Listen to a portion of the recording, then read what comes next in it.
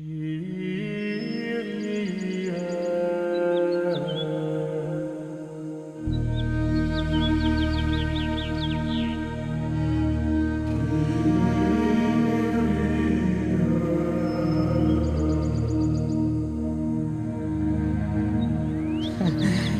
rezar.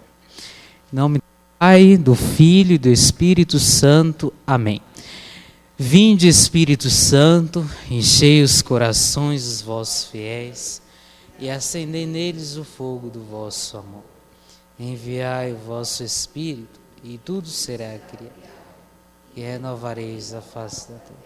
Oremos, ó Deus, que instruís os corações vossos com a luz do Espírito Santo.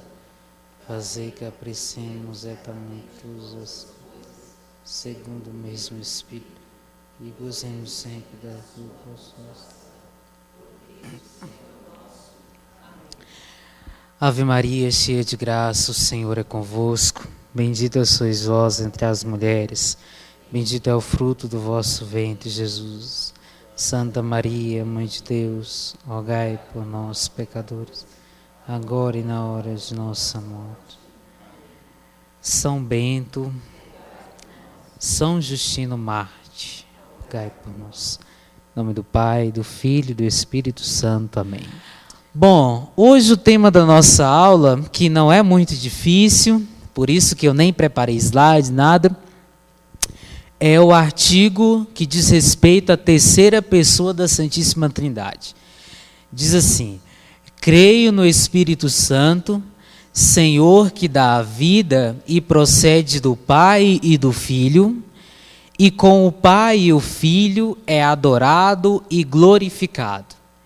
Ele que falou pelos profetas. Vou repetir. Creio no Espírito Santo, Senhor que dá a vida e procede do Pai e do Filho, e com o Pai e o Filho é adorado e glorificado. Ele que falou pelos profetas. Bom, em primeiro lugar, nós precisamos entender quem é o Espírito Santo. Nós dizemos no credo niceno, que nós, e também no apostólico, que nós cremos nesse Espírito Santo. Então, se pudéssemos elencar um ponto de partida para a nossa aula de hoje, seria tentar entendermos, ou pelo menos conhecer, quem é o Espírito Santo. Mas antes de dizer quem é o Espírito Santo, eu gosto sempre de dizer o que não é o Espírito Santo. Então, se vocês forem tomando nota, já vão colocando. O Espírito Santo não é uma pura energia.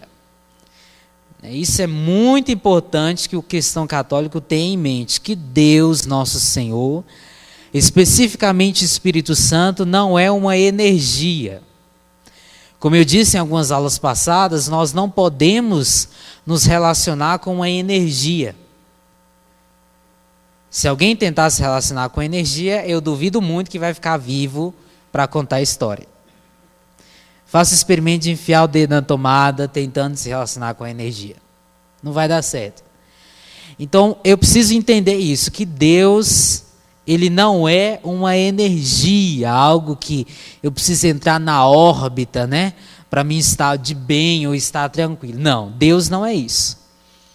E isso é muito presente nos nossos dias, porque as pessoas hoje têm a ideia de que Deus é uma grande energia positiva, que nós precisamos entrar no nível dele para a gente ficar bem. Isso aí é errado. Deus não se trata de uma energia. O que é Deus? É o único Senhor, o único Deus, a divindade puríssima, né, que se revela em três pessoas. Ser pessoa é diferente de energia. Pode colocar essa distinção aí nas suas anotações. Pessoa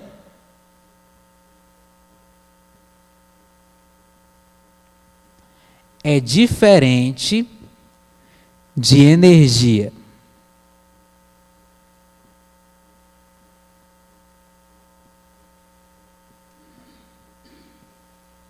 ok?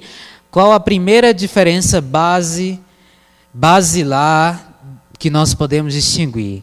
Energia não tem como se relacionar.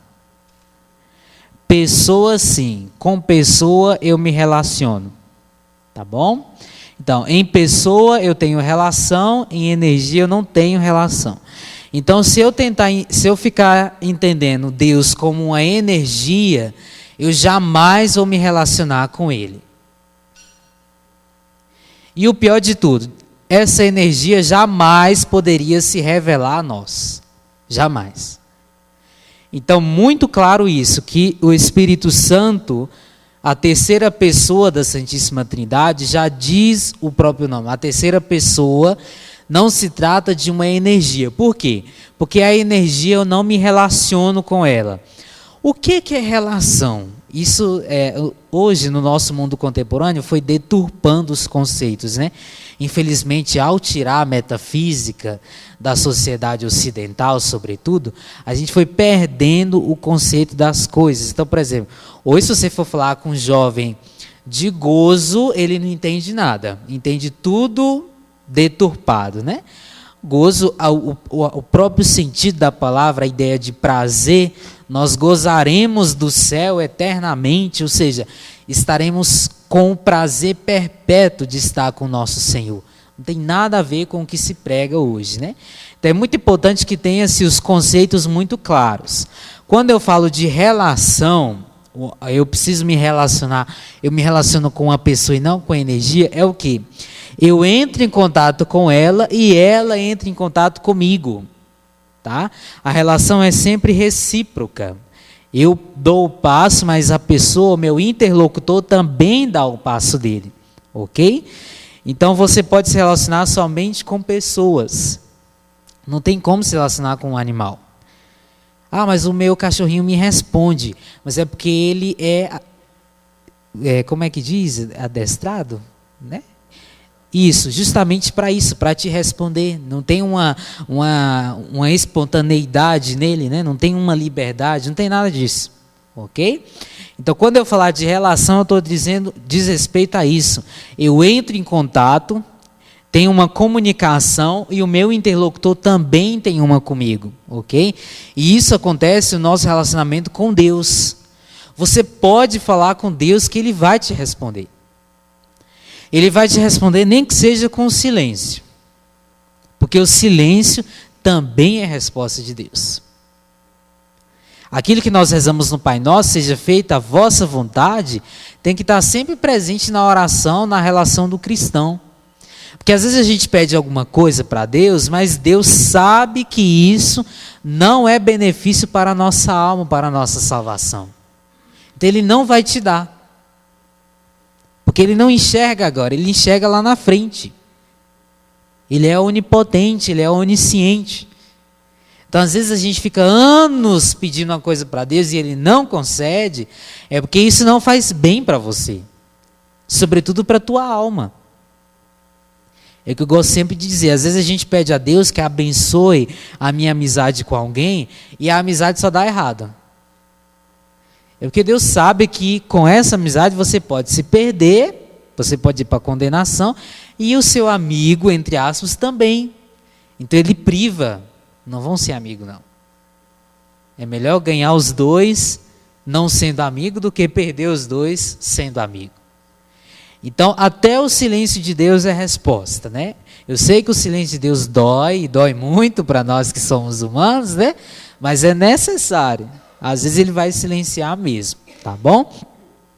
Então, fica muito claro isso. O Espírito Santo não é uma pura energia.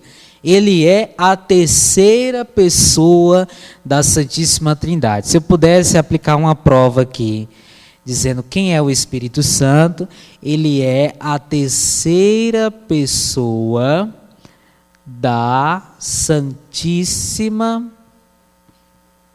Trindade.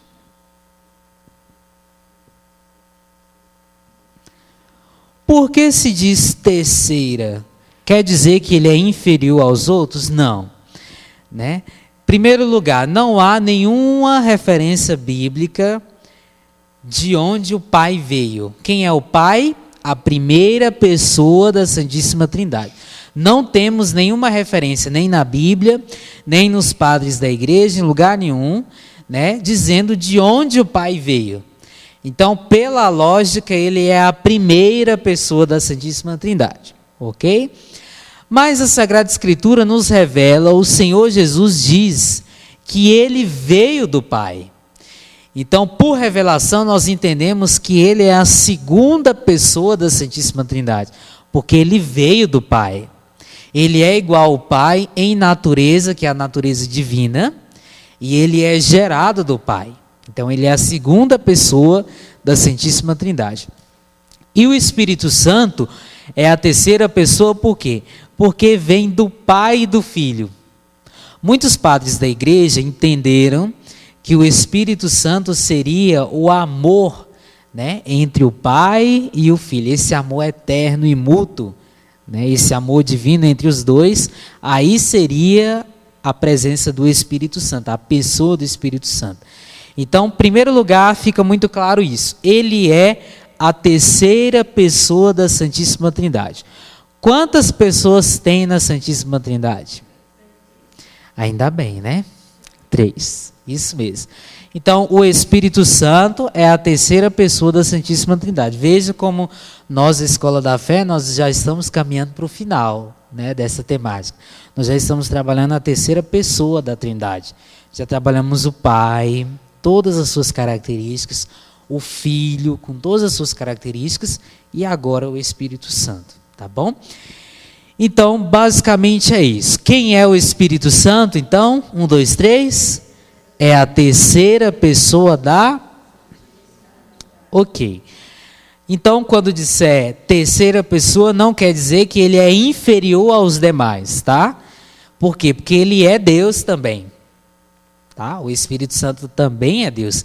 Ele é igual em natureza a Deus Pai e a Deus Filho. Igual em natureza. Tá? Não tem inferioridade, ok? Embora ele tenha algumas particularidades. Como nós vimos na aula passada, a Santíssima Trindade, ela opera sempre junta. Então nós temos algumas tarefas que é própria do Pai, outras que são próprias do Filho e outras que são próprias do Espírito Santo. Mas a Santíssima Trindade opera sempre em conjunto, sempre.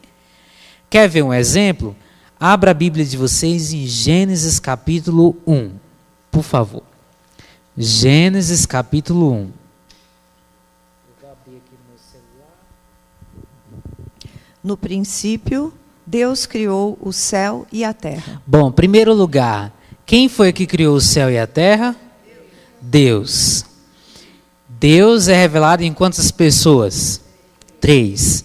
Então aqui está dizendo que tem a atuação dos 3. Tá? No princípio, Deus criou o céu e a terra. Está dizendo que é Deus. Então, é a presença das 3 pessoas da Trindade. Pode continuar. A terra estava sem forma e vazia. As trevas cobriam o abismo e o Espírito de Deus pairava sobre as águas. Bom, o Espírito de Deus pairava sobre as águas. A igreja, com os padres da igreja, sempre entenderam que esse Espírito de Deus trata-se do Espírito Santo. Sempre. Tá bom? Então aqui nós já temos a presença do Espírito Santo. Tá? Logo no início. Pode continuar. Deus disse, faça-se a luz. E a luz foi feita. O fato de Deus dizer, quando diz assim, e Deus disse... Esse dizer, esse disse, é o verbo, o Logos divino. Quem é o Logos divino? O Filho. Então, o Senhor Deus Pai cria tudo por meio do Filho. Tá? João capítulo 1, vão lá em João, o Evangelho de São João, capítulo 1. Por favor, João capítulo 1. João capítulo 1, versículo 3. Pode ler. Tudo foi feito por ele, e sem ele nada foi feito. Tudo foi feito por ele, sem ele nada foi feito. Está falando de quem? De quem está falando aí? João Do filho. Do filho, né? Tá, vai no versículo 1. Nós já passamos por essa passagem, vocês lembram? Lembram? Pode ler o versículo 1, por favor. Aqui do João capítulo 1. No princípio era o Verbo, e o Verbo estava junto de Deus, e o Verbo era Deus. Quem era o Verbo? O Filho. Era o Filho, tá bom? Quando falar de verbo, logos, palavra, está se tratando do Filho, tudo bem? E São João está nos dizendo o quê? Que no princípio, o que era esse princípio? Nós acabamos de ler, Gênesis capítulo 1, versículo 1. O princípio lá no início, tá bom? No princípio, esse verbo estava com Deus e era o próprio Deus. Tá? É uma prova aí bíblica de que o Senhor Jesus, ele é Deus. Tá? E no versículo 3 diz que tudo foi feito por meio do verbo, por meio da palavra, por meio do logos. E quem que era esse logos? O Filho. Alguém tem dúvida nisso, que o Filho era o logos?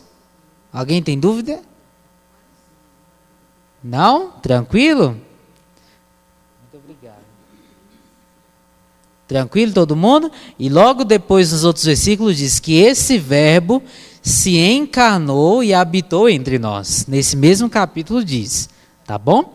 Então, nós temos a presença logo lá no início, no Gênesis, é um dos exemplos que eu posso dar logo de início, de que a Santíssima Trindade ela opera sempre em conjunto, tá bom? Sempre vai operar o Pai, o Filho e o Espírito Santo, sempre. Existe uma distinção na teologia, ou mesmo na metafísica, que a gente geralmente não compreende hoje no nosso mundo contemporâneo. Distinto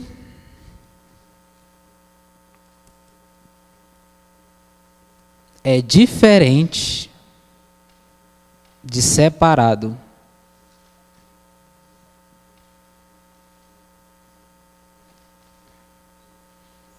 Ok? Quando eu digo que algo é distinto, não significa que é separado. Tá bom? É muito importante que vocês compreendam isso. Eu sei que é um negócio meio abstrato, né? Parece as aulas da gente lá no seminário, mas com muita paciência a gente vai entendendo.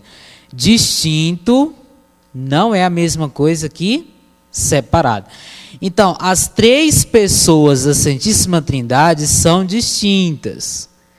Tá? A pessoa do Pai, ela é distinta da pessoa do Filho, que é distinta da pessoa do Espírito Santo.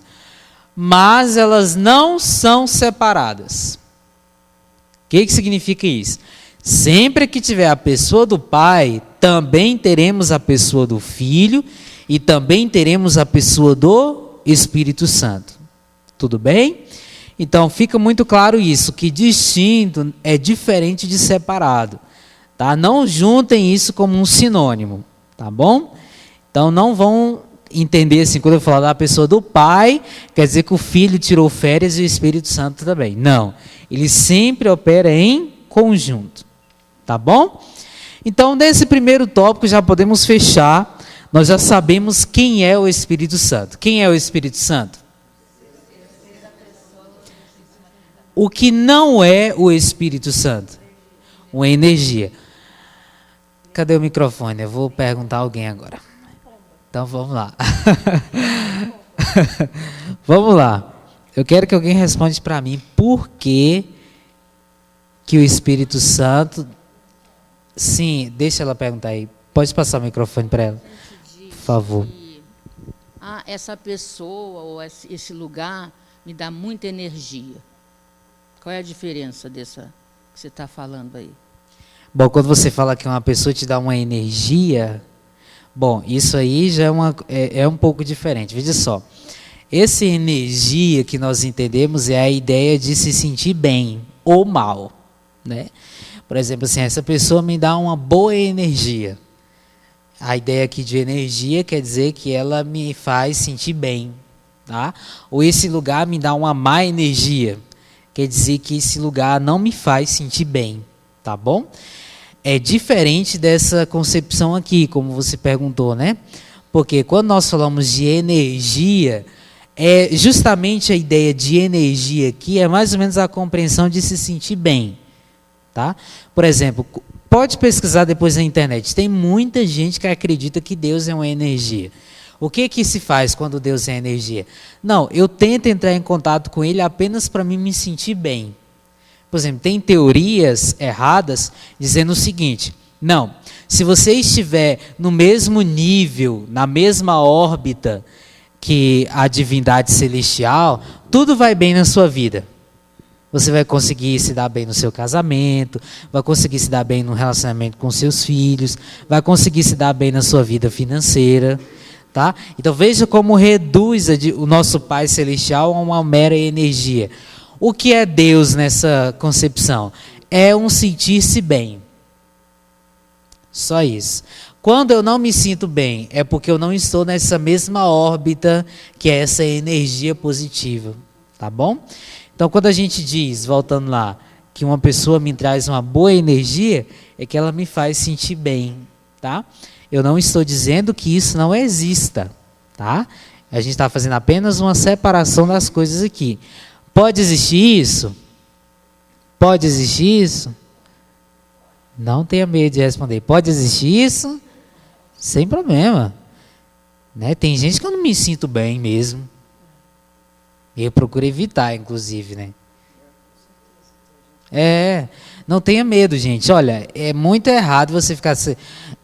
Tem gente que até usa a palavra de Deus de maneira errada. Né? Dando um exemplo aqui.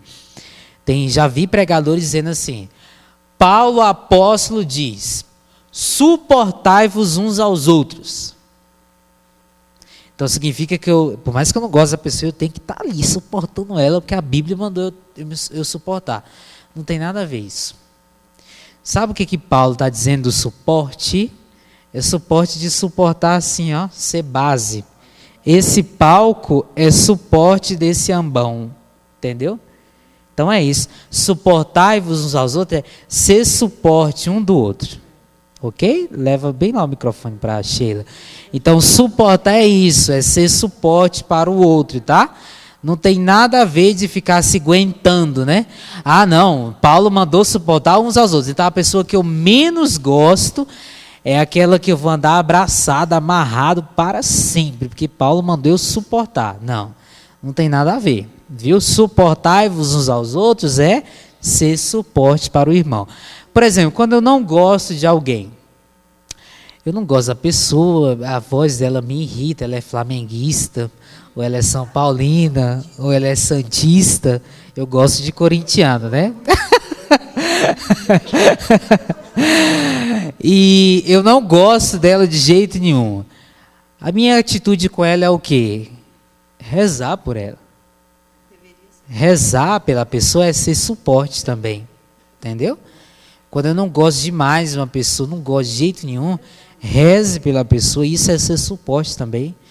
Mas não é reza contrária não, tá bom? É rezar, é rezar para, se a pessoa tiver com dificuldade, que ela supere a dificuldade, que Deus abençoe a vida dela, dê o pão de cada dia, tá bom? É justamente isso, tá? A Sheila queria falar? Depois, sim. Sim, pode falar. Sobre imagem, como a gente vê nos livros, mostram que o Espírito Santo é uma pomba. Por quê? Ou aqueles, como você falou de energia, aí, que, né, acho que é diferente, tipo raios de luz, sabe? Uhum. Eu queria entender visualmente como falam que é o Espírito Santo. Uhum. Veja só, primeiro, o Espírito Santo foi o nome próprio dado à terceira pessoa da Santíssima Trindade. Esse foi o nome próprio dado à terceira pessoa. Não significa que o Pai e o Filho não sejam também o Espírito, porque eles são, né? Mas foi reservada somente ao Espírito Santo esse nome próprio, reservado à terceira pessoa esse nome próprio de Espírito Santo. Todavia, na Sagrada Escritura, ele vai se manifestar de diversas maneiras, né? E aí surgiram os símbolos que nós temos hoje. Então, por que se representa o Espírito Santo como, por exemplo, uma pomba? Porque no batismo do Senhor Jesus, né, o céu se abriu, a voz do Pai veio e uma pomba, né, simbolizando o Espírito Santo, desceu sobre Jesus. Então, a própria Sagrada Escritura diz, né, simbolizando, não significa que o Espírito Santo é a pomba, né? Por quê? Porque se o Espírito Santo fosse a pomba, por exemplo, ele não se manifestaria como fogo. Tem passagens da Sagrada Escritura que ele é simbolizado, se manifesta como um fogo. Por exemplo, em Pentecostes, Atos capítulo 2, né? E veio faísca de fogo, né, sobre cada um dos que estavam ali no cenáculo. Ali é um símbolo do Espírito Santo, tá bom? O Espírito Santo também é simbolizado com óleo, tá bom? Nós recebemos o óleo do crisma, no dia da nossa crisma, recebe por este sinal o Espírito Santo, dom de Deus, o bispo diz, né? E a gente diz, amém. O bispo diz, a paz esteja contigo, e nós respondemos, e contigo também. Então o óleo, que simboliza a força de Deus, é também símbolo do Espírito Santo. Outro símbolo do Espírito Santo é a nuvem, né? Veja, na Sagrada Escritura nós temos diversos exemplos, né, de símbolos, de manifestações do Espírito Santo. Nós temos a pomba, nós temos o fogo, o raio de luz, né? Nós temos o óleo, nós temos a nuvem. Outro que simboliza também o Espírito Santo é a água, né? A água também é símbolo do Espírito Santo. Tem outro muito importante que eu estou esquecendo, que o dedo de Deus, isso mesmo. O dedo de Deus também simboliza o Espírito Santo. Quem foi que escreveu os 10 mandamentos? Não. Quem escreveu os 10 mandamentos foi o próprio Deus. Moisés só desceu com as tábuas, né? E a Bíblia diz que ele escreveu com o seu dedo. É símbolo do Espírito Santo também, tá bom? Então, todos esses símbolos, esses sinais, eles são manifestações do Espírito Santo. Anotaram? Anotaram? Porque isso pode cair numa prova surpresa mais para frente. Tá? Exatamente. Sim, porque o homem tem sempre a necessidade de palpar alguma coisa. O homem tem sempre a necessidade de ver, de tocar. Por exemplo, Tomé, né? É sempre o que acontece no sacramento. Sacramento tem sempre matéria e forma. Veremos isso, inclusive, hoje com os ministros, né? Tá bom? Então, o homem tem sempre essa necessidade de um símbolo, um sinal, porque nós somos limitados pela matéria. Então, quando fala assim, Espírito Santo, como assim? Aí a gente vai cair no erro de hoje. Não, é uma energia boa que tem aí, só isso. E não se trata disso. Então, isso que você perguntou sobre a pomba é um dos símbolos de manifestação do Espírito Santo. Então, nós temos não só a pomba, nós temos o que mais? O fogo, a nuvem, o dedo de Deus, a água, né? Os dons já são, já ia dizer, né? Dom é dom do Espírito Santo. Mas os dons são doações que o Espírito Santo já dá, não são sinais. Eles são algo real, né? Nós recebemos os dons mesmo, tá bom? Não é apenas símbolo, tá? Então, toda vez na Escritura que se falar de um desses elementos, está falando de quê? Do Espírito Santo, tá bom? Toda vez está falando do Espírito Santo. Por exemplo, vou usar um exemplo aqui rapidinho. O homem foi feito do quê? Do barro. Quem falou? Do barro, da terra. João capítulo 8 diz que o Senhor Jesus se encontrou, levaram para ele uma mulher adúltera. E o que, enquanto se acusava a mulher, o que Jesus estava fazendo? Escrevendo com o dedo onde? Na areia, no chão. Entendeu? Ali nós entendemos que era uma ação da criação divina. Ou seja, O Senhor Jesus ia fazer daquela mulher adúltera uma mulher nova. Por isso ele escreve no chão. Tá bom? As pessoas inventam cada coisa, né? Tem tanta teoria. Não, ele estava escrevendo os pecados dos homens, né? Estava escrevendo o nome.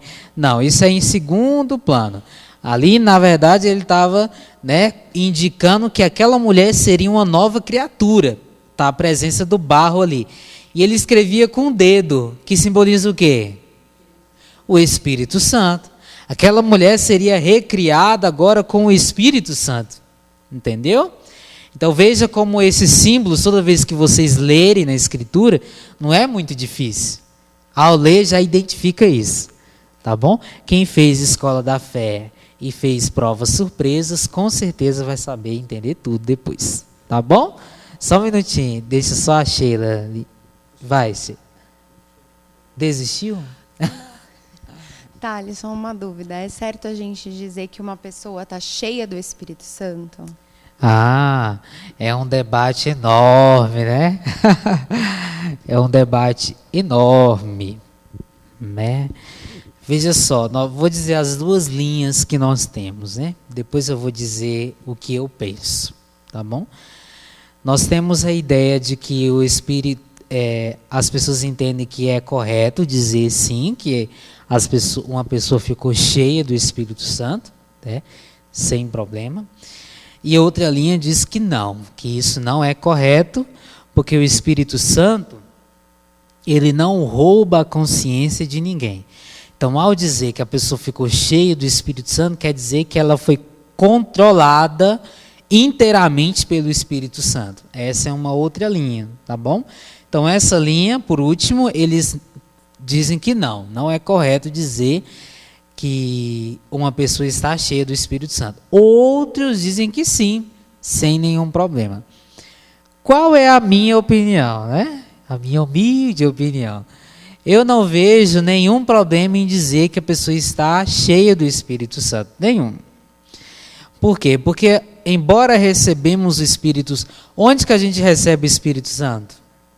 No batismo. Muito bem. 10 para todo mundo, né? Embora a gente receba o batismo do Espírito Santo, é preciso crescer o meu relacionamento com esse Espírito. Por isso eu tenho a crisma, que é a confirmação madura desse Espírito Santo, tá bom? Então eu tenho que crescer. No que eu vou crescendo, eu vou aumentando a minha relação com Ele, eu vou aumentando o meu relacionamento com Ele e, na minha opinião, consequentemente, eu fico mais cheio desse Espírito Santo. Agora, o que acontece? É certo que o Espírito Santo não rouba a consciência de ninguém. Muito cuidado com esse povo que fica rodando, como se estivesse num candomblé, uma sessão espírita, dizendo que está cheio do Espírito Santo. Isso aí não tem nada a ver. As pessoas começam a rodar, que eu não sei, tem gente que perde o equilíbrio e cai, né? Mas tem outros que não, é incrível. Roda, né? E diz que isso é Espírito Santo. Não é. Outra coisa que o Espírito Santo não faz também é bagunça. Quando você vê um lugar que está tudo bagunçado, sem ordem, e dizer que é o Espírito Santo, sai dali, não tem nada a ver com o Espírito Santo. Espírito Santo dá ordem. Ezequiel capítulo 37, quando Ezequiel está lá diante daqueles ossos todos bagunçados e Deus diz: profetiza sobre esses ossos e o Espírito Santo de Deus, o meu Espírito, vai como que arrumar todos eles. Estava osso em cima de osso ali. Ao profetizar o profeta e o Espírito Santo pairar sobre aqueles ossos, o braço foi para o seu lugar, a perna para o seu lugar, a cabeça, e foi novamente tornando o formato de carne e tudo voltou à sua ordem. É uma prova de que o Espírito Santo não tem nada a ver com bagunça. Porque se tivesse, os ossos ficariam todos bagunçados de novo. Então, muito cuidado com isso, né? Temos que ter muita prudência. Quando você vê a coisa muito em desordem, uma loucura, né? Muito cuidado também, porque as pessoas confundem. Som alto, música muito batida, não é sinal de Espírito Santo, não. Quer fazer um teste? Mas eu quase não vou em festa, mas quem vai mais em festa já sabe. Quando você está numa festa que começa um toque, automaticamente você já começa a se mexer, né? Isso é automaticamente. Você vai tentando acompanhar ali o ritmo da música. É o que acontece em muitos lugares. Coloca-se o som lá em cima, as músicas com muito batidão, bateria, né, guitarra, e as pessoas começam a pular, a rodar. Nossa, que maravilha, é o Espírito Santo. Não tem nada a ver. Se eu me desculpa, não tem nada a ver. É a mesma coisa que você estar num bar. Né? Tem que ter muito discernimento disso. Então, respondendo a sua pergunta, eu não tenho nenhum problema em dizer que a pessoa está cheia do Espírito Santo, até porque Paulo apóstolo diz: não vos embriagueis com o vinho, mas embriagai-vos com o quê? Com o Espírito Santo. Né? Sejam cheios do Espírito Santo. Tá bom? Ok? Só um minutinho.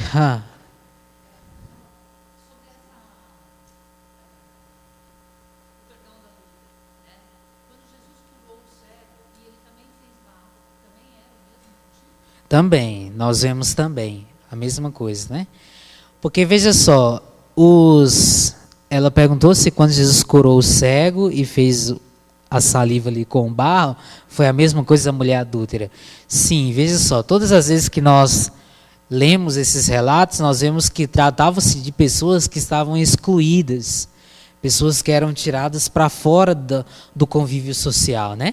E o Senhor Jesus, ele vem justamente para os pobres, nesse sentido. Agrega esses que estão excluídos, né? E como que eu vou agregar esses que estão excluídos? Fazendo deles uma nova criatura, tá bom? Então o Senhor Jesus, ele faz de novo a criatura, né? E coloca novamente no convívio social, mas não autoriza pecar. Por exemplo, quando ele diz para a mulher adúltera: ninguém te condenou, mulher? Não, meu Senhor, nem eu te condeno. Vai e não peques mais. Entendeu? Então o Senhor Jesus faz a criatura nova, mas dá uma nova chance. Pode caminhar agora conosco, você é criatura nova, mas não peques mais. Né? Essa é a ordem. Tá bom? Sim.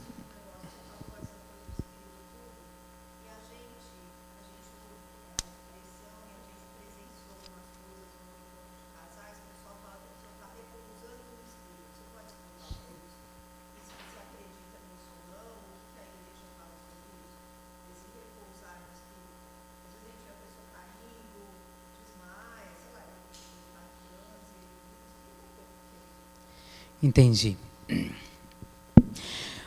Na Sagrada Escritura, em todo o seu conteúdo, o repouso no Espírito Santo, ele existe.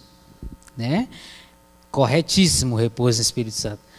Mas a concepção que nós temos hoje ela é um pouco errada. Por quê? O repouso no Espírito Santo, na concepção bíblica, ele é permanente. Não é passageiro, não. Repousou no Espírito Santo, pá, caiu. 10 minutos depois voltou, já saiu do repouso. Não é a concepção bíblica, tá bom? Porque biblicamente falando, repousar no Espírito Santo é permanentemente repousar no Espírito Santo, ok? Que não significa cair, né? Isso é um segundo plano, tá bom? Então, esse cair, o fato de cair, que as pessoas dizem que repousou no Espírito Santo, na verdade, no meu entendimento, eu entendo mais ou menos como uma experiência impactante com o Espírito Santo, que não se trata de um repouso. Por quê? Porque essa experiência, ela pode passar, ok? O repouso, ele é permanente, tranquilo? Então, quando as pessoas elas têm essa experiência impactante, que é possível, tá bom? É possível sim, sem problema. Elas entram nesse estado não seria repouso, nesse estado de tranquilidade diante de Deus. Então eu dou o nome de que essa pessoa teve uma experiência impactante com o Espírito Santo. Tranquilo? Toda pessoa que tem uma experiência impactante com o Espírito Santo tem que falar ou orar em línguas? Não. Não tem. O dom de orar em línguas é um dom que Deus distribui. Por exemplo, eu não tenho. Não tenho. E olha que eu sou muito da renovação carismática, né? Gosto demais, sem problemas. Mas eu não tenho. E eu acho errado induzir as pessoas a falarem. Porque quem é que dá? É Deus. Não é que você vai começar a repetir o que os outros estão falando e aí você vai tomar a prática. Está errado. Quem dá esse dom é o próprio Deus. E Ele dá a quem Ele quer. E a distribuição dos dons do Espírito Santo, Ele distribui de acordo com a capacidade de cada um. Então, por exemplo, Ele não me deu, mas um outro dom Ele me deu. Alguém que tem um dom de línguas, ok, pode não ter o dom que eu tenho. Quem é que distribui então? É o próprio Deus. Então essa ideia do repouso, tenham sempre em mente isso. O que é repouso no Espírito Santo, segundo a Escritura, é um repouso permanente. A primeira experiência que você tem com o Espírito Santo, você fica tão impactado, ele trabalha tão profundamente no seu coração, metanoia, que diz em grego, gera em nós o quê? O que significa isso? Conversão. É uma experiência tão impactante que você não vai ser o mesmo mais. Por exemplo, quando você tem a experiência do pecado hoje, é uma coisa. Depois da experiência com o Espírito Santo, que ajuda na nossa conversão, tu não é mais o mesmo. Quando tu peca, já não é uma coisa normal mais. Você vê que você machucou o teu Senhor, você vai correr para a confissão. Sabe um exemplo bacana? Outro símbolo do Espírito Santo é o selo, que diz lá em Apocalipse. Todos nós que somos batizados e crismados, nós recebemos um selo do Espírito Santo. O que é de modo muito simples para vocês, tá? Mas uma das coisas que esse selo faz comigo é o quê? Eu que já tenho essa caminhada com o Espírito Santo, posso pegar o avião e ir lá para a Bolívia.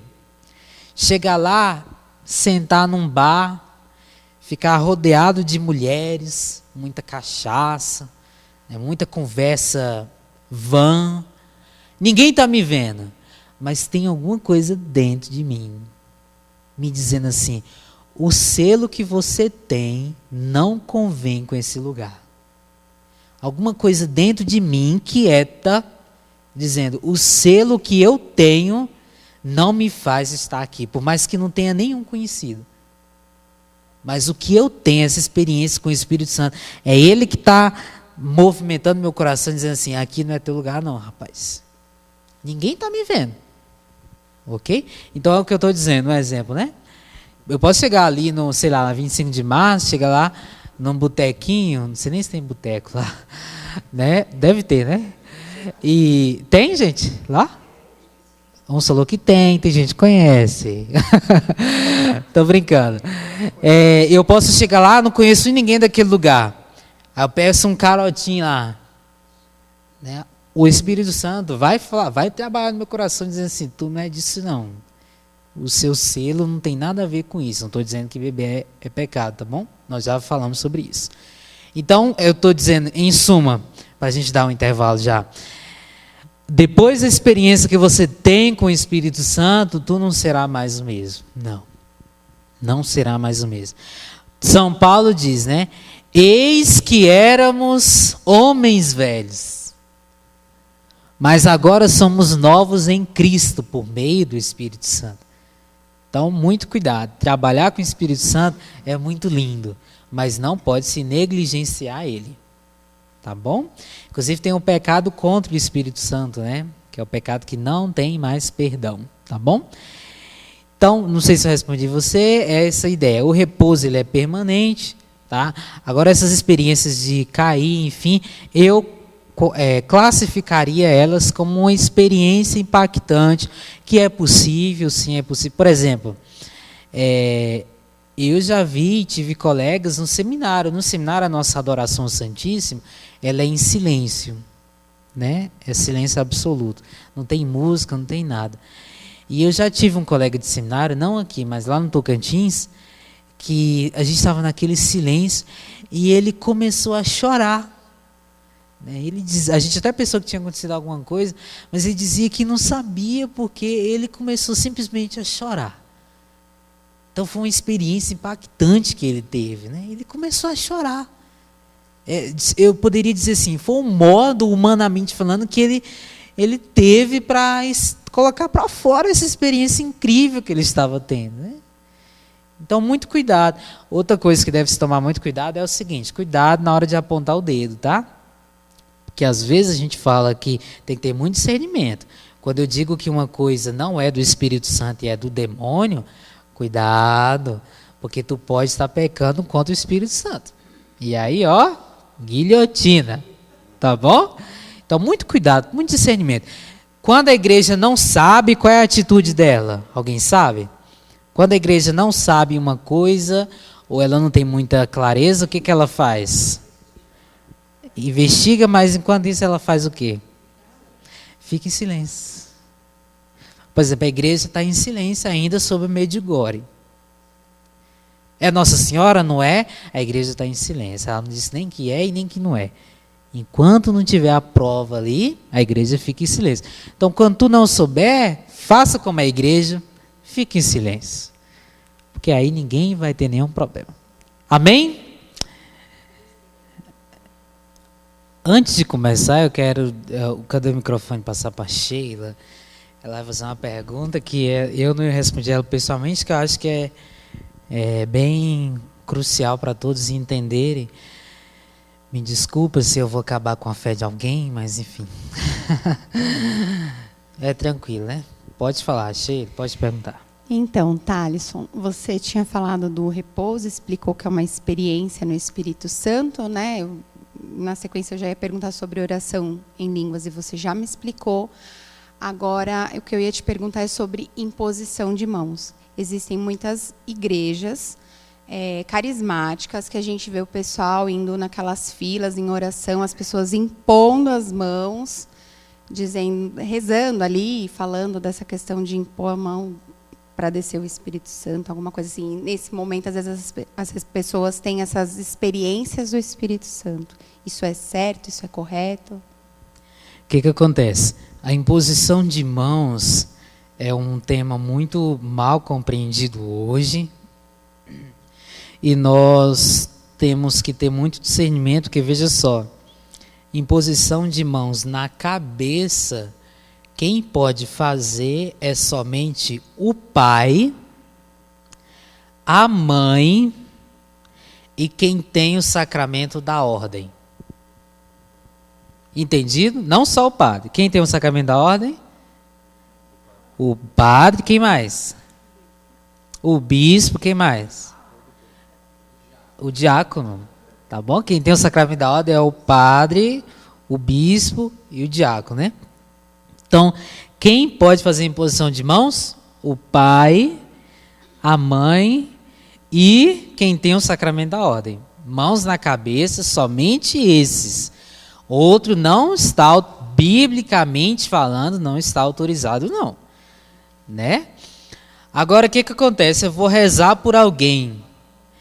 Exatamente, né? Nós não colocamos a mão na cabeça. Eu não sou o pai dessa pessoa, não sou a mãe e nem tenho o sacramento da ordem. Posso colocar a mão no ombro, posso colocar a mão aqui nas costas, entendeu? Agora, imposição de mãos na cabeça, não. Aí é totalmente errado, né? Ah, mas a pessoa é muito virtuosa, né?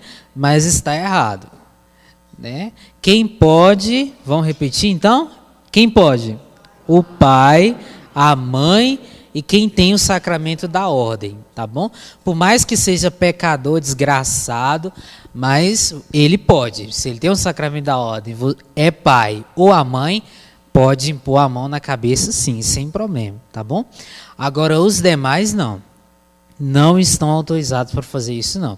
Imposição de mãos não é uma coisa simples, não, é uma coisa muito séria. Por exemplo, a ordem, o ser padre, o poder sacerdotal de Melquisedeque, ele passa para o outro, sabe como? Pela imposição de mãos. Não, a avó não tem direito não. Pai, mãe e quem tem o sacramento da ordem, tá bom? Vó não, tá? Nem tia, tá bom? Ele fez aqui um exemplo, faz a escadinha, né? passa para o seu filho passa para a sua neta. Tá bom? Mas brincadeiras à parte, muito sério isso, muito cuidado, tá bom? Questão de posição de mãos é muito sério. Isso é dos tempos bíblicos, não brinquem com isso, tá? Negócio de ficar colocando a mão na cabeça sempre, muito cuidado. Não entre num sincretismo também, tá, gente? A pessoa foi cumprimentar você, colocou a mão na sua cabeça, aí você já quer prender a pessoa. Não, calma, né? Corta a mão dela. Não. Estamos falando aqui numa questão mais séria, do âmbito da oração. Então, Sheila, respondendo você, não é correto que todos imponham as mãos, não. Quem tem o sacramento da ordem, o pai e mãe. Porque o que é impor a mão sobre a cabeça? Além de passar alguma coisa, né? Por exemplo, no sacramento da ordem, você passa esse poder sacerdotal, o sacramento da ordem, é o gesto de autoridade. Então, o pai, a mãe, os genitores têm autoridade sobre o filho. Então, ele pode, sim, sem problema. Isso é em outro plano, né? O plano da autoridade. Qualquer um que tem o sacramento da ordem, ele tem uma autoridade sobre mim, que não tem o sacramento da ordem. Por mais, por exemplo, na minha terra é muito cultural isso. Os padres por exemplo, eu vou ser padre com 25 anos. 25 anos. E uma senhora de 78 vai me pedir bênção. Veja, ela nem fez teologia, mas ela sabe que esse jovenzinho de 25 anos, ele tem uma autoridade, porque ele tem o sacramento da ordem, né? E eu posso impor a mão na cabeça dela, ok? Mas ela não pode impor na minha. Tá bom? Ok? Sim.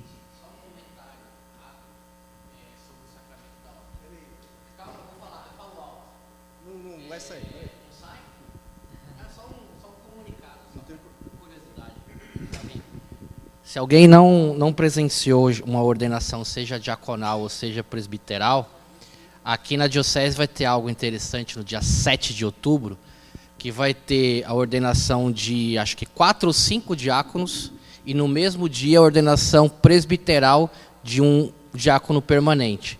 Então, vai ter essas duas ordenações na mesma celebração. Então, quem quiser participar, ou mesmo se não conseguir ir presencialmente, imagino que vai ser transmitido. Então lá tem toda a parte cerimonial, toda a parte do rito das duas ordenações. Lá na Catedral de Campo Limpo, lá na Sagrada Família. Exatamente. Inclusive o que vai ordenar estudou comigo, né? O diácono Orlando estudou comigo. Então, muito cuidado com isso. E, por exemplo, só antes do Ronaldo falar, por exemplo, na ordenação de um seminarista para diácono, quem impõe a mão é só o bispo. Quando está o seminarista que vai ser diácono, só o bispo impõe a mão.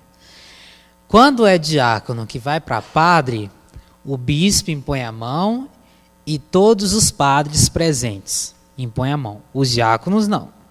Quem é diácono fica na sua.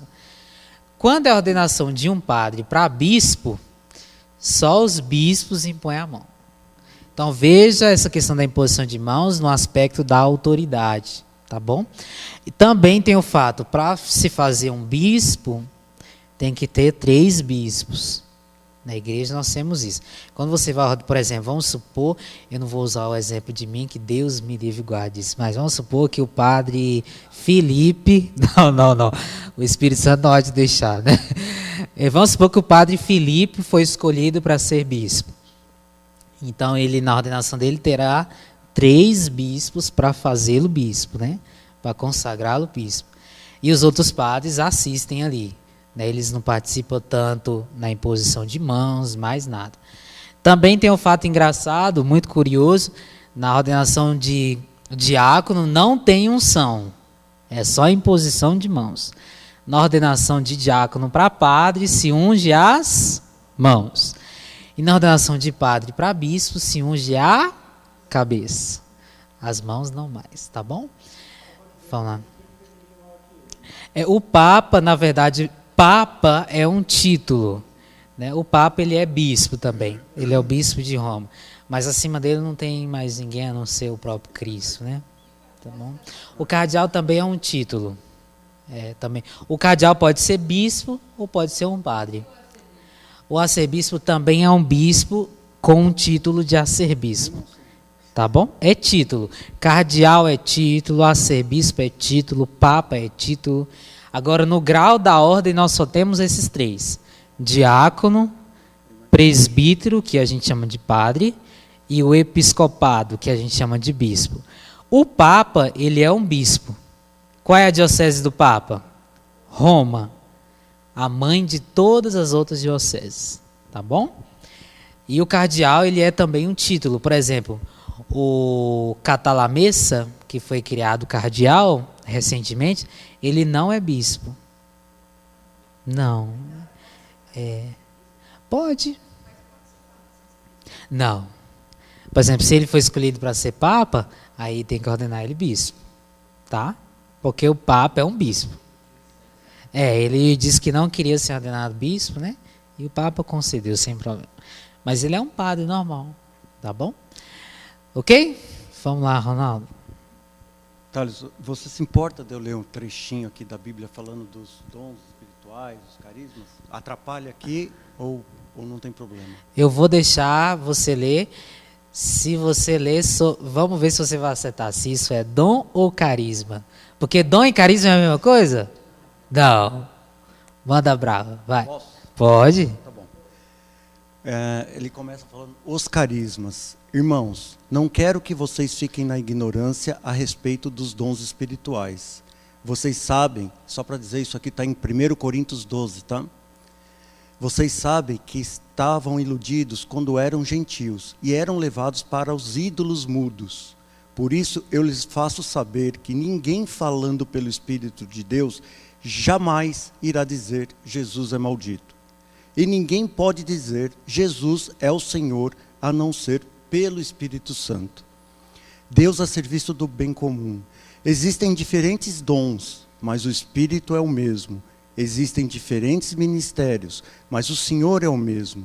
Existem diferentes atividades, mas o mesmo Deus que realiza tudo e em todos.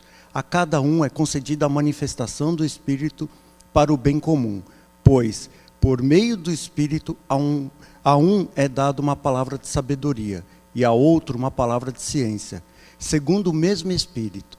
A outro ainda, no mesmo Espírito, é dado a fé, e a outro os dons de cura no único Espírito. A outro o poder de fazer milagres, a outro a profecia, a outro o discernimento dos Espíritos, a outro o dom de falar em línguas, a outro o dom de interpretar as línguas. Mas é o único e mesmo Espírito que realiza todas essas coisas, distribuindo seus dons a cada um, conforme Ele quer. Um só corpo em Cristo. De fato, assim como o corpo é um só e tem muitos membros, e todos os membros do corpo, apesar de serem muitos, são um corpo, são um só corpo, assim também Cristo. Qual a passagem? Repete aí para eles anotar. 1 Coríntios 12. Ótimo. Guardou aí então, muito boa leitura, obrigado.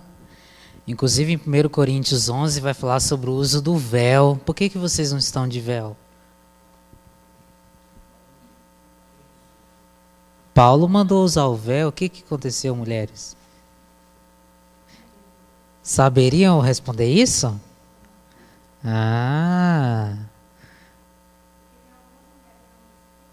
Pois é. Então você não usa véu, Sheila? Está desobedecendo? ela usou o véu e disse que cortou o véu. Saberiam responder isso? Antigamente usava, agora não usa mais. O que aconteceu, gente?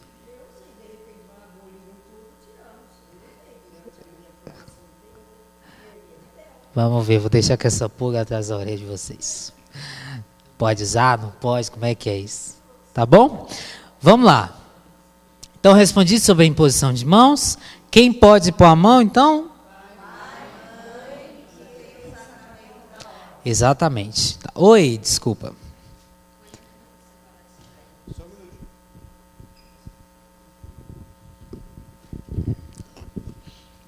Porque assim, eu sou serva do grupo de oração, né? Aí, na hora de fazer a oração pelas pessoas, eu sempre fico atrás, mas aí eu não posso pôr as mãos na cabeça por causa que eu não sou casada. Os demais podem.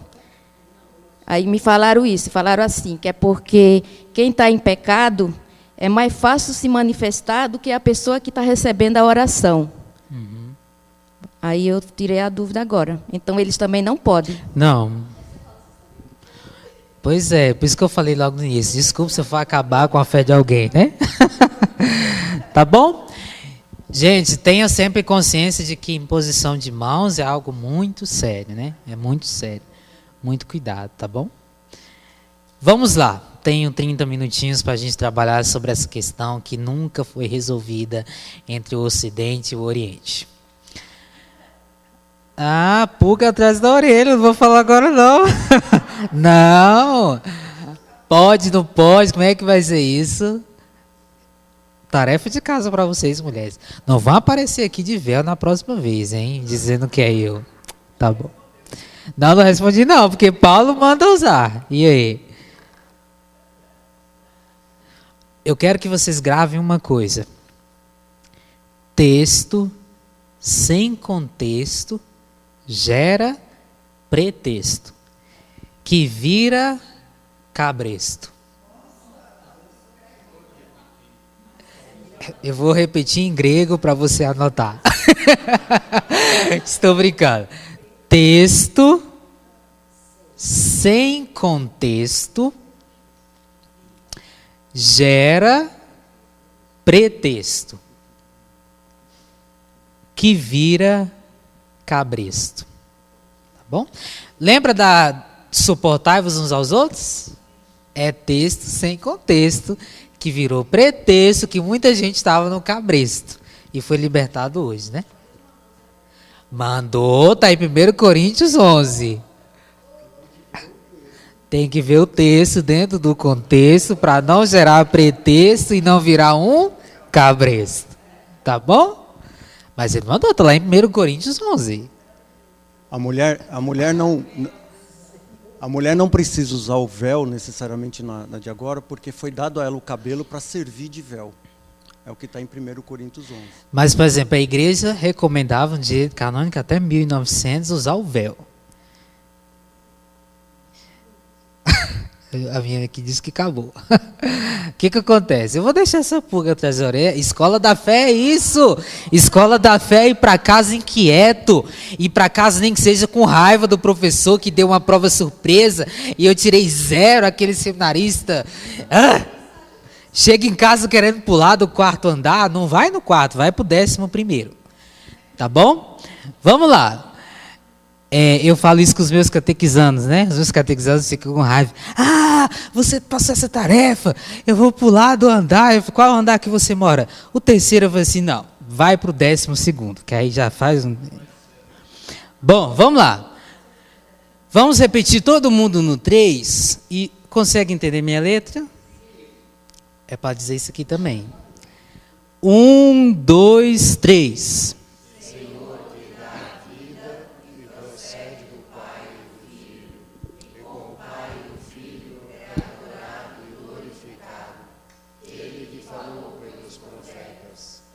Amém. Senhor que dá a vida. Na primeira aula da Escola da Fé, alguém perguntou: podemos chamar o Espírito Santo de Senhor? E eu respondi o quê? Sim, porque o próprio credo nos diz que ele é Senhor. Por que o credo niceno diz que o Espírito Santo é Senhor? Primeiro, para provar que ele é da mesma natureza divina que o Pai e o Filho. Então, atribuir esse nome de Senhor, esse adjetivo, digamos assim, é dizer que o Espírito Santo também é Deus. Tá bom? Então, você na sua anotação pode circular, colocar aqui, sublinhar e colocar. Também é Deus. Significa isso, tá? Mas não só isso, diz Senhor que dá a vida. Gênesis capítulo 2, versículo 7. Gênesis capítulo 2, verso 7. O que diz? Já acharam? Mas está no primeiro livro da Bíblia. Vamos lá. Gênesis capítulo 2, versículo 7. Gênesis 2, 7. Pode ir? Pode. O Senhor Deus formou, pois, o homem do barro da terra, e inspirou-lhe nas narinas um sopro de vida, e o homem se tornou um ser vivente. Espírito significa justamente isso. Roá, sopro. Então esse sopro que Deus inspira naquele boneco, que é o homem, é o Espírito da vida, o Espírito Santo. Então ele é o Senhor que dá o quê? A vida. O Espírito virá sobre ti, e você conceberás e darás à luz um filho, do qual lhe porás o nome de Emanuel, que significa Deus conosco, ou Deus está conosco. Ok? Então o Espírito com a vida tem uma íntima ligação. Por quê? Porque ele dá a vida. Deus Pai, por meio do Filho, pelo Filho, dá a vida aos homens através do Espírito Santo. A igreja só está de pé até hoje porque o Espírito Santo de Deus a assiste com esse espírito de vida. Ok? Por exemplo, tem um momento da oração eucarística que a gente chama de epíclese. Falaremos sobre isso com os ministros. Que o sacerdote, ele impõe as mãos assim, enviai sobre essas oferendas o Espírito Santo, a fim de que se torne para nós o corpo e o sangue de Jesus Cristo, etc. Aquele momento é o momento que se evoca o Espírito Santo sobre as oferendas. Não é o momento que o pão torna-se corpo ainda, e nem o vinho torna-se sangue, não. Mas o Espírito Santo é clamado para dar vida àquelas oferendas, para santificar, ok? Então o Espírito Santo, ele é o Senhor que dá a vida, né? Tudo que tem vida o Pai deu por meio do Filho, por meio do Espírito Santo. Perdão. Alguma pergunta nesse tópico? Não? Tá bom. Agora tá. E procede do Pai e do Filho. Isso aqui é tema de briga que vocês não fazem ideia. Até hoje, muito bem. É a famosa temática ou famoso debate sobre o filioque.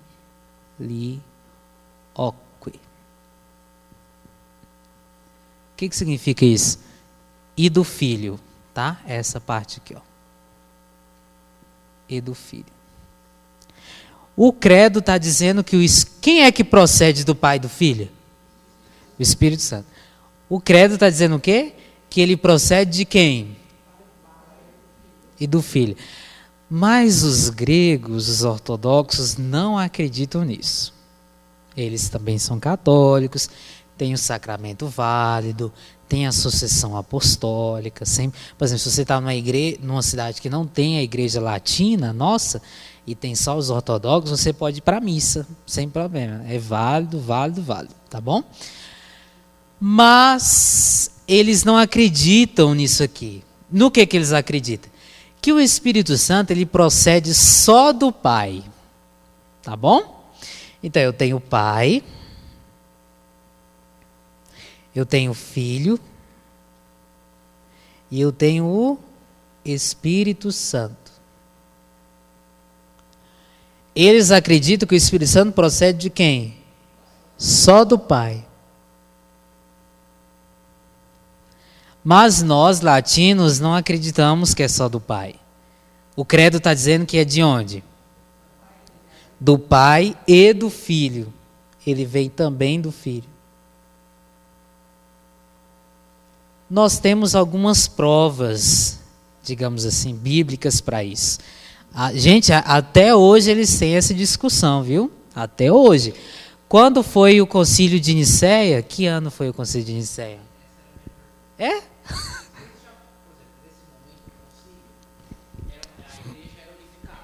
Sim. Nesse momento do concílio, seja do primeiro ou do segundo, a igreja era unificada, não tinha ainda tido a separação. Então, a minha dúvida era se, por exemplo, houve uma alteração no texto do creio, colocando o procedimento do pai e do filho, e com isso existe essa briga, ou se, por exemplo, não houve nenhuma alteração do texto, e eles estavam presentes ali, e essa questão veio posterior, por alguma outra análise que eles fizeram. Porque sempre me causou a estranheza, se o texto não houve alteração, desses dois concílios, eles faziam parte da igreja. Então eles aceitaram essa, digamos, essa justificação.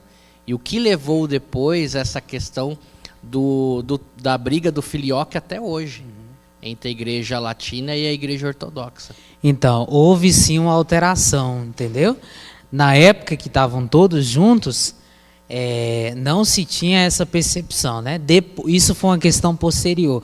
Nos livros de história, quando você lê, por exemplo, sobretudo a história dos concílios, toda vez que trabalha essa temática, vem dizendo assim, o problema ou a problemática do filioque, que foi justamente uma questão posterior. Então, houve sim uma alteração. Porque a igreja latina entendeu o seguinte, o Espírito Santo não procede só do Pai. Ele procede do Pai e do Filho. Também para dizer, porque tinha aqueles, porque nós não estudamos com a abrangência, nós só estudamos mais restrito ao credo. Mas tinha aqueles que estavam dizendo que o Espírito Santo não era Deus. Quem era Deus era só... então, estavam dizendo que quem era Deus era só o Pai e o Filho, o Espírito Santo não. Então a igreja precisava corrigir isso. Como corrigir? Dizendo que ele também procede do Filho, tá bom? Procede do Pai e do Filho. Então os três são três pessoas que constituem um só Deus. Então foi justamente para responder uma outra, porque na época, por exemplo, nós estudamos que Ário dizia que o Filho não era Deus, era uma criatura. Foi um dos problemas. Mas posteriormente tinha aqueles que diziam que o Espírito Santo também não era Deus. Então a igreja precisou corrigir esses também. Só que os gregos ficaram espinhados. Diziam assim, não, o Espírito Santo não procede do Pai e do Filho, não. Procede somente do Pai. Né? Existem diversas teorias deles. Né? Vou dar só uma, por causa do nosso tempo. Mas eles entendem o seguinte, tem Deus Pai, tem o Filho e o Espírito Santo. Todavia, o Filho se encarnou por meio de quê? Do Espírito Santo que veio no seio da Virgem Maria. Ok? Então é um dos exemplos que eles entendem que o Espírito procede diretamente só do Pai. Ok? Agora nós não entendemos assim não. Porque o Senhor Jesus, em diversas passagens do Evangelho, ele diz, eu vou para o Pai e enviarei sobre vós um outro Paráclito. Quem é esse Paráclito? O Espírito Santo. Então, nós entendemos que uma das provas, existem diversas outras, que o Espírito Santo procede do Pai e do Filho, é justamente porque o Senhor Jesus diz que estaria com o Pai para mandar o Espírito Santo. Ok? Tem outras passagens do Evangelho que ele diz também que ele enviará o Espírito da verdade para fazer vocês lembrarem tudo que eu vos ensinei. Mas também tem passagem do Evangelho que diz que o Pai envia o Espírito Santo. Então a igreja entendeu que ele procede tanto do Pai como do Filho. Mas os gregos não entendem isso. A igreja ortodoxa entende que ele vem diretamente, somente do Pai. A essa problemática, eu deixo a tarefa de casa para vocês, tá? Nós chamamos de problema filioque, tá bom? O que é isso? É a ideia ou o debate de onde procede o Espírito Santo. O que é proceder? A palavra proceder é a ideia de processão, de sair, de enviar, ok? De vir, quer dizer. Essa processão, ela é eterna, tá bom? Ela é eterna. Nós não podemos... Não imagine que ele teve um início de proceder. A nossa razão humana não consegue entender, gente. Não precisa se preocupar. E a razão humana limitada não consegue entender esse mistério. Porque senão não seria mistério, né? Então, essa procissão, ela é eterna, ela sempre existiu. O que é eterno? O que não tem nem início e nem fim. Não tem. Tudo bem? Então, procede o Espírito Santo do Pai e do Filho eternamente. Não é que ele teve um início, porque ele é o próprio Deus. Tá bom? Em Deus não se tem início e nem fim. Tranquilo? Ficou claro? Ok? Diga que sim. Não tem um início? Não eterno. Tem. Não. Eterno? O eterno simplesmente vem. Ele não tem um início. Eu vou um exemplo aqui, ó. Um exemplo. Alguém é formado em matemática aqui? Não? Não? Tá bom. Na matemática é mais fácil a gente entender isso.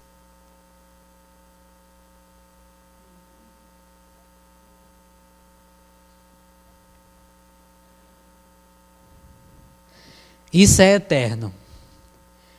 Não sabemos, não tem início, também não tem fim. Mas aqui tem uma marca diferente, não tem? Sim. A isso nós chamamos de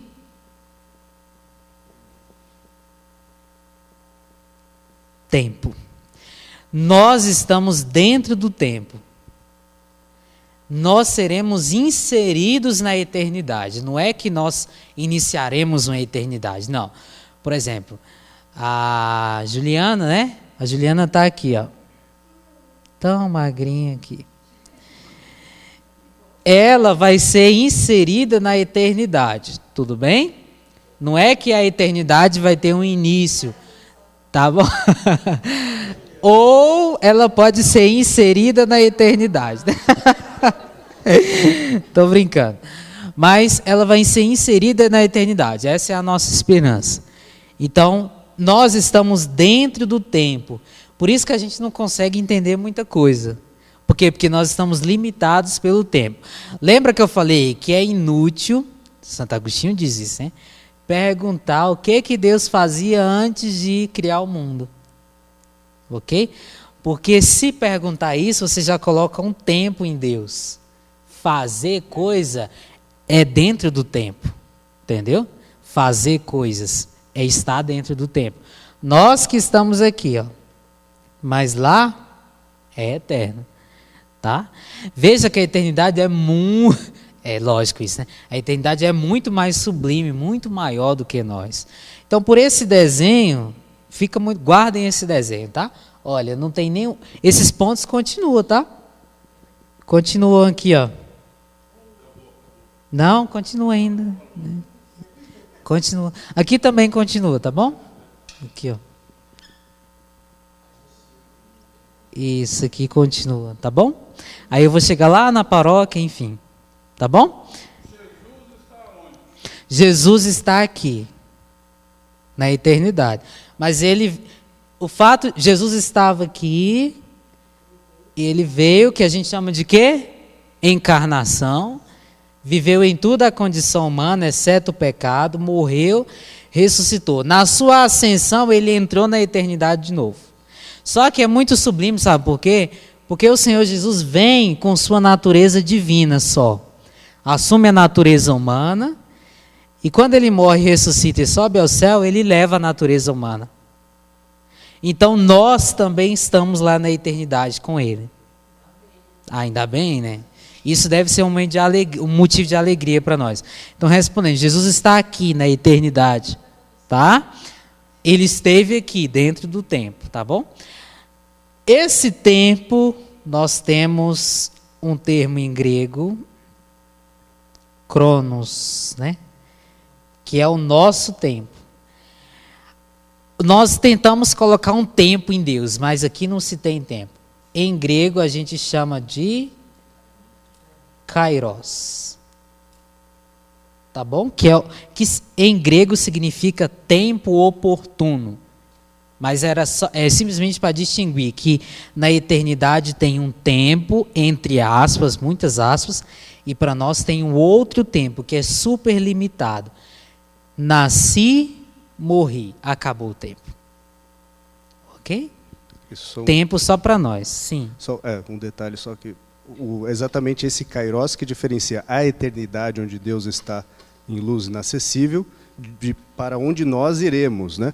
Porque afinal, se nós entrássemos também em eternidade e infinitude, seríamos nós também deuses, e isso é impossível. Só Deus, as três pessoas podem estar nesse nível de eternidade, obviamente, e nós, né, estamos nesse segundo nível onde podemos viver próximos a Deus, mas não sermos Ele, né? Exato. Aqui nós seremos, como o Alex falou, inseridos na eternidade, tá bom? Estamos aqui, mas seremos inseridos nessa vida eterna com Deus. Vida eterna é isso, tá? Inserção nessa eternidade. Tá bom? Sim, Ronaldo. Pode falar. Hã? Tá bom. Eu vou fugir um pouquinho aqui desse tema, mas é uma curiosidade que eu acredito que daria até uma aula aí com a sua explicação. Você falou um pouco ali no começo da história, da sua apresentação, a respeito dos gregos e ortodoxos, que eles acreditam que só Deus que fez, né, partiu de Deus e não de Jesus. Eu queria te perguntar, gregos e ortodoxos, qual a visão deles em relação ao Papa? A figura do Papa. Então, tem muito respeito, mas eles não têm a submissão que nós temos, né? Eles têm um patriarca, né? Eles têm, como se, de modo muito simples para vocês. É claro que não é isso, mas só para exemplificar, né? Mas nós temos o nosso Papa e eles têm um patriarca, que seria um representante de todos os outros. Mas não significa que ele tem uma autoridade maior do que os outros, né? Nós cremos, o Papa ele tem uma autoridade maior do que os outros bispos. Ele tem um primado petrino, ele tem a chave na mão, né? Eles não acreditam nisso, né? Embora tenha muito respeito, né?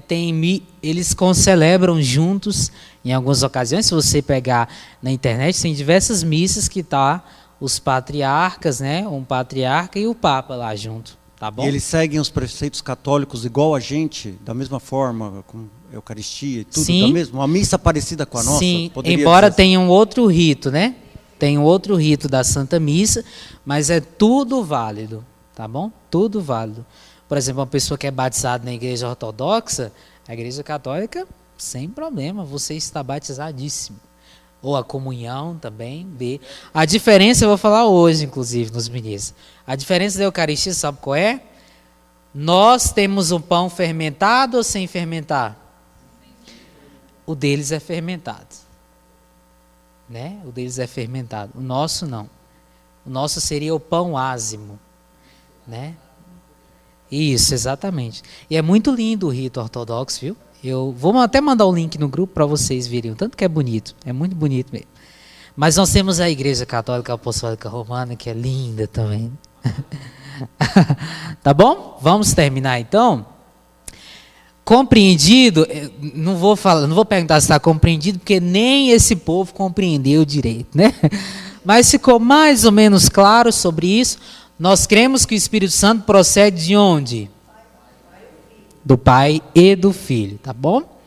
Não esquece isso, do Pai e do Filho. E com o Pai e o Filho é o quê? Adorar e glorificar só se presta a Deus. Então os padres do Concílio de Nicéia e Constantinopla estavam enfatizando que o Espírito Santo é Deus. Porque com o Pai e o Filho nós adoramos Ele e glorificamos também. Tá bom? Então, por que se dizer isso? Que ele é adorado e glorificado com o Pai e o Filho? Porque da mesma sorte que o Pai é Deus, o Filho é Deus, o Espírito Santo também é Deus. Por isso que nós adoramos e glorificamos. Tá bom? Eu vou adorar o Espírito Santo. Verdadeiro ou falso? Verdadeiro. Pode cair na prova. Cuidado, hein? Compreendido isso aqui? Compreendido? Sim? 1, 2, 3, o último. o mesmo que falou lá no Antigo Testamento, através de todos os profetas, é esse que nós adoramos, glorificamos, que procede do Pai e do Filho e que nos dá a vida. É o mesmo, ele não muda. Tá bom? É o mesmo. Ele não só falou pelos profetas, mas ele fala através da igreja também. Tá bom? Esses profetas hoje estão dentro da igreja. A tarefa deles está com a igreja. A tarefa de anunciar, a tarefa de evangelizar. Então o Espírito Santo continua falando através da igreja. O Espírito Santo fala através da igreja. Por isso que a igreja tem que confirmar muitas coisas. Por exemplo, se alguém tem uma revelação direta, particular, a igreja tem que confirmar. Se a igreja disser assim, não vem de Deus, ela tem autoridade para isso, ela sabe o que está falando. Não vem de Deus. Tá bom? Compreendido isso? Porque senão viraremos protestantes. Cada um tem uma relação direta. E aí vira bagunça. A igreja ela tem autoridade, porque o Espírito fala através da igreja também. Ele falou pelos profetas, mas ele continua falando através da igreja. Por isso que a igreja tem que confirmar muita coisa, né? Por exemplo, uma aparição de Nossa Senhora. A igreja tem que confirmar se é verídica ou não. E ela já disse muito não, viu? Tem muita gente vendo Nossa Senhora por aí, que a igreja fala assim, quieta ou facho, né? Vai para casa, que não tem nada a ver. E a igreja é muito criteriosa com isso. Ela tem muitos critérios. Por exemplo, a Virgem Maria ela não pede, ela não revela nada daquilo que já está, além do que já está revelado. Então, por exemplo, Nossa Senhora revelou que, na verdade, não existe a Santíssima Trindade, existe uma quadrindade. São 4 pessoas, na verdade. É possível isso? Não, porque já nos foi revelado que é 3, Trindade. Então a igreja vai dizer assim, não é Nossa Senhora falando não. E o demônio pode usar disso também. Pode usar dessas pseudo-revelações para enganar os seus filhos. Vigiai e orai, 1 Pedro capítulo 5. O vosso adversário, o diabo, rodeia como leão rugindo, procurando a quem devorar. Resisti-lhe firme na fé. Um dos passos de ser firme na fé é estar matriculado na escola da fé. Né? Amém. Sim. Você falou que nem todas as aparições são reconhecidas. Por exemplo, para os 3 pastorinhos lá, para a Lúcia, para o Francisco, não foi, né? Não, foi. Dos oficialmente? Sim, Fátima sim. Fátima foi? Sim, a dos 3 pastorinhos, tá? Foi sim. Inclusive o Papa vai lá o ano que vem, né, na Jornada Mundial, ela foi. Reconhecidas, né? Às vezes vocês não conhecem, boa pergunta. Lourdes é reconhecido, né? Guadalupe, Medjugorje ainda não. Que não significa que é falsa, tá? A igreja só está em silêncio ainda, como esteve em silêncio em Fátima, como esteve em silêncio em Lourdes, tá bom? Guadalupe também. E Aparecida? Tá reconhecido também, tá? Embora a Aparecida não é uma aparição, né? Acharam-se a imagem, começou a devoção ali, mas a igreja reconheceu essa devoção. Pode fazer a peregrinação, as romarias, sim, sem problema. O que é, quando a igreja reconhece, significa o quê? Que os católicos podem exercer a sua fé livremente, sem nenhum problema. É segura essa devoção. Agora, quando a igreja não reconhece, aí, porque a igreja é mãe e mestra, tá? Quando ela não reconhece, fica com o pé atrás, que a igreja não confirmou ainda, né? Ela que me dá segurança para mim exercer essa fé. Tá bom? Mais alguma? O amém de pão da cabeça. Sim.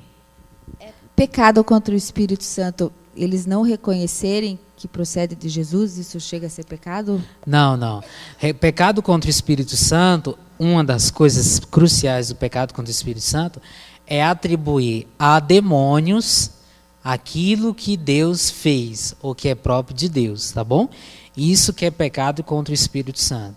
O Senhor Jesus, no Evangelho, ele expulsou um demônio, e os fariseus disseram assim: é pelo príncipe dos demônios que ele expulsa o demônio.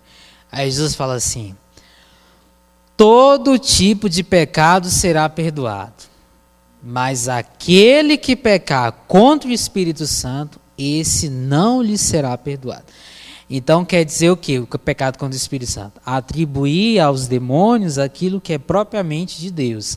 Por isso eu disse, quando você não tem ciência clara, o que a gente tem que fazer? Silêncio, fica calado, né?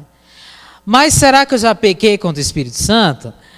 Uma das pistas de que você está incomodado, só de você estar incomodado com isso, é uma pista de que você não pecou. Porque para pecar contra o Espírito Santo, tem que pecar conscientemente, livre. Os fariseus sabiam o que eles estavam falando, né? Mas eles quiseram falar isso. Então, para pecar, para cometer um pecado, gente, tem que ter conhecimento do que está fazendo e que aquilo é errado. Por exemplo, vamos pegar um pecado aqui. Eu roubei um celular minha vida toda, mas eu não sabia que isso era pecado. Aí eu fui na missa, o padre falou que era pecado. Meu Deus, e agora? Eu passei a vida inteira pecando? Não, você não sabia, né? Você não tinha conhecimento disso. Você não tem culpa. Para ter culpa tem que ter um conhecimento prévio, tem que ter um consentimento, tem que ter uma matéria grave, tá bom? Então, só se peca se conhecer. Se não conhece, não tem pecado, tá bom? É muito importante entender isso, que às vezes as pessoas conhecem as coisas e querem se suicidar já. Porque passou a vida inteira fazendo errado, mas você não sabia, né? Muita calma. Entendido? Entendido? Sim. Ô Thalisson, deixa eu tirar uma dúvida. Tem alguns conhecidos que eles frequentam a igreja adventista. E eu não sei se é todos, né? Mas a pessoa que eu conheço, ela não come carne de porco. E a passagem que você acabou de citar, assim, existe, né, uma parte que Jesus expulsa os demônios de uma pessoa, né, e joga-se pro porco. Aí, é pecado comer carne de porco ou não? Porque assim, ele subentende que não poderia comer, mas eu entendo também ao mesmo tempo que Deus criou o animal e você poderia comer. Só que ao mesmo tempo a pessoa me confundiu me explicando isso. Sim. Aí eu fiquei nessa dúvida agora. Então, a sua pergunta é se comer carne de porco é pecado ou não é pecado, né? Não, não é pecado. Inclusive, se tiver um pernil na casa de vocês, pode me chamar, viu? Pode chamar o seminarista, viu? Bacon é vida, né? O Senhor que dá a vida, dá bacon, né? Não é pecado. Como que é o seu nome? Desculpa. André? Então, André, não é pecado, não. Na visão judaica, tinha muitas prescrições, né, que eles têm até hoje, que eram considerados errados, né? Então, por exemplo, um judeu não come carne de porco, né? Então, alguns da era cristã tomaram coisas do judaísmo. Por exemplo, os adventistas, com todo o respeito, eles são mais judeus do que cristãos. Um cristão não guarda o sábado. Nós não guardamos mais o sábado. É correto guardar o sábado? Não. Se guarda o domingo. E eu posso explicar isso depois numa outra aula, me lembro. E dou base bíblica para isso, né? Sobretudo no início da era cristã. E eles continuam guardando o sábado. Ora, se tu guarda o sábado como os judeus, então tem que circuncidar como os judeus também. Vai falar para um pastor para ele circuncidar para você ver. Né? Ele vai zangar contigo. Porque os judeus também se circuncidam, né? Então, isso eles tomou da herança judaica. Usam essa passagem do Evangelho que Jesus se expulsou e foi para a manada de porcos, né? Todavia, quando você lê o texto, você vê que, em primeiro lugar, foi para os porcos, porque os demônios não tinham para onde ir, e tinha os porcos passando. Se tivesse uma galinha passando, ia para as galinhas, tá bom? Segundo, os porcos nem queriam saber dos demônios. Tanto é que eles fizeram o quê? Se jogaram no mar lá, né? Então, Tem esse característica que o povo esquece de citar. Então, demônio e porco não tem nada a ver, então, é totalmente separado. E você mesmo falou agora, por que eu como carne de porco? Por 2 motivos. Não, 3. Porque não é pecado. Segundo, porque é muito bom. E terceiro, porque foi Deus que fez o porco, né? Se fosse o demônio não pode criar nada, né?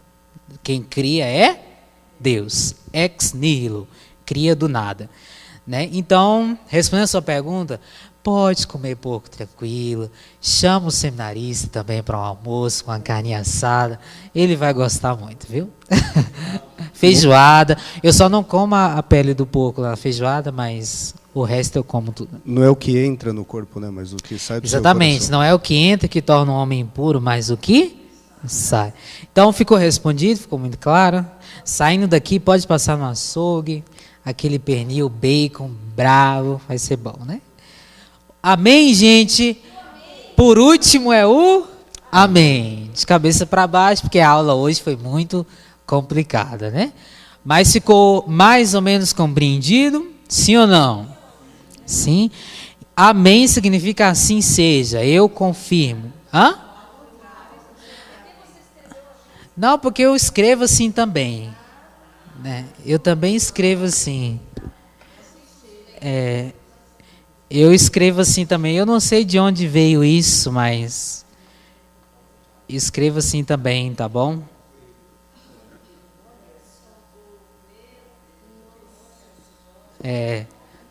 Juliana. Tá bom? Sim. Sim. Vamos terminar com ela aqui para a gente já... Eu lembrei que a gente fez a peregrinação, eu e André e o Ricardo, e a gente foi em Jope, que tem o lugar que fala da visão de Pedro. Então, isso fala dos quadrúpedes, está nos Atos dos Apóstolos, capítulo 10, versículo 9.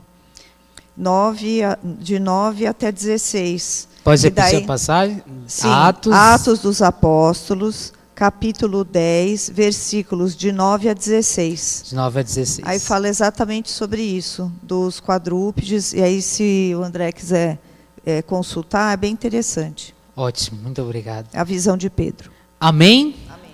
Vamos ficar de pé e encerrar. Muito obrigado pela paciência. Oi? Eu volto, né? Eu tenho mais uma aula, parece, o Alex me falou, né? Tenho mais 2? É? Menino, parece que quanto mais eu vou para frente, mais eu estou indo para trás. Tá, eu ainda tenho mais 2. Né? A última é minha. O amém é meu, viu? O amém. De cabeça para baixo, de trás para frente, tá bom? Hoje eu encontro... o véu vou deixar com a pulga atrás da orelha. Tem que pesquisar, tá bom? E hoje eu estarei com os ministros às 15 horas e trataremos sobre a Eucaristia. Presença real, tudo isso. O que é a Eucaristia? Vamos trabalhar. Tá bom? Em nome do Pai, e do Filho, e do Espírito Santo. Amém. Bom dia a todos. Até mais.